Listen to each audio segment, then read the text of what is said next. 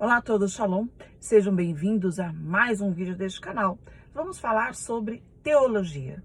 O meu nome é Cat, sou teóloga e eu vou trazer para vocês hoje, na verdade, uma dica para você que está buscando aí mais conhecimento teológico, especialmente dentro das religiões abraâmicas, judaísmo, cristianismo, islamismo.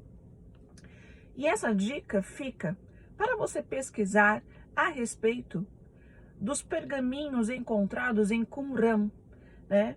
É um achado arqueológico considerado o maior achado arqueológico da história, devido ao seu valor, devido ao seu conteúdo, que vai falar muito a respeito das principais religiões presentes na nossa atualidade.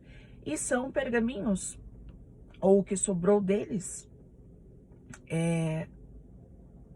como que eu posso dizer, um valor assim inestimável, né? Você não tem como estimar esse valor. A história é interessante, né, desses achados, porque ninguém sabia exatamente o que era, houve um comércio e vendeu-se barato, enfim. Mas o vídeo é só para deixar a dica, porque você vai encontrar a realidade cultural de uma parte do povo judeu ali do século 2 ou 3 antes da nossa era, né? Antes da era comum, antes de Cristo. Então, 200, 300 anos antes de Jesus, qual era o pensamento judaico? E aí ele vai vindo, vai trazendo, e você vai encontrar verdadeiras relíquias, né? Ali do século 1 antes de Cristo, ou seja, mais próximo ainda de Cristo. E aí você vai entender qual era a realidade cultural, religiosa, qual era a fé, qual era a esperança do povo judeu. Porque os que preservaram esses pergaminhos ali, naqueles vasos, nas cavernas de Qumran, eles eram os essênios, né? E os essênios, infelizmente, eles foram dizimados por Roma. Então, olha só que interessante. Mesmo Roma tendo dizimado, matado, exterminado os essênios, eles deixaram para nós a sua cultura, a sua fé. Então você vai encontrar eles tratando muito a questão do Messias, o que eles esperavam, qual era a sua fé com relação ao Messias. E você vai... É um detalhe muito interessante, porque os essênios, eles buscavam preservar, literalmente, assim, os seus valores, a sua cultura judaica, a sua literatura, os seus livros, a sua língua, o seu idioma, né?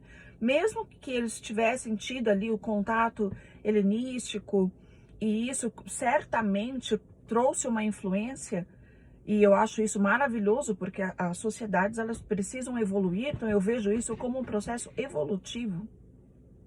Contato com outras culturas, principalmente quando aquela cultura, naquele momento, ela é mais desenvolvida, então só agrega valor. Quando você mantém os seus valores, quando você mantém a sua história. E é o que os essênios faziam. Então eles viviam ali isolados e eles cuidavam dos escritos sagrados. Eles cuidavam do quê? Eles cuidavam do pergaminho, dos pergaminhos. E um dado interessante para você pesquisar, de tudo que foi achado lá, não estou falando dos achados mais recentes não, porque tem achados mais recentes de 1 ou 2 anos para cá. Estou falando aqueles lá por volta de 1945, nas 11 cavernas, né? Que aí são numeradas K1, K2, que são as cavernas.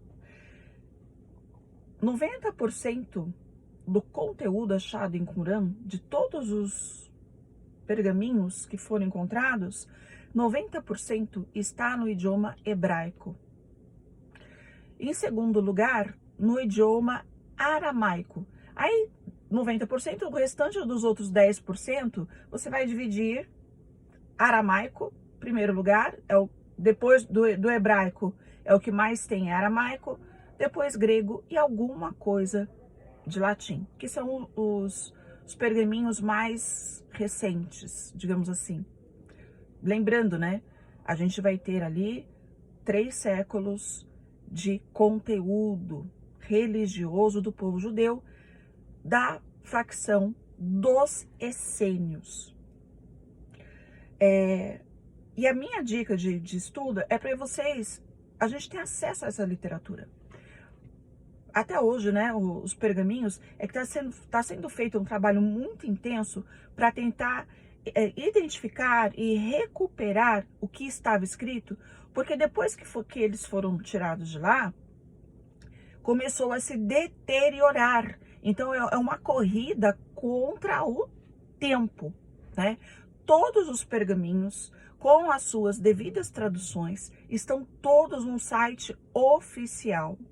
Hoje há diversos livros, diversas literaturas que vão trazer informações a respeito do conteúdo, como, por exemplo, o livro de Melquisedeque. Foi nomeado assim porque Melquisedeque é uma figura que eles utilizavam para demonstrar quem seria o Mashiach, quem seria o Messias.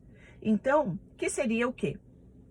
Um cara que viria de um trono eterno, um sacerdócio eterno, ele não tinha uma genealogia, ou seja, ele viria diretamente de Deus,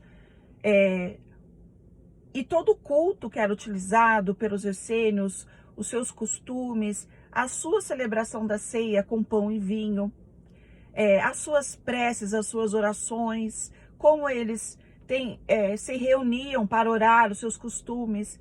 E aí, você vai identificar muito dos costumes dos essênios com Jesus. Não só os costumes, como também a sua preocupação com os pobres, com a inclusão social, né? Jesus era extremamente inclusivo, ele trazia todo tipo de pessoa para perto, né? E os essênios tinham essa característica, né, da inclusão social. A família ali não era somente aquele que era sangue, mas aquele que tinha em seu coração a palavra do Eterno. E eles se tornavam família, por isso que eles viviam ali isolados numa grande família, né?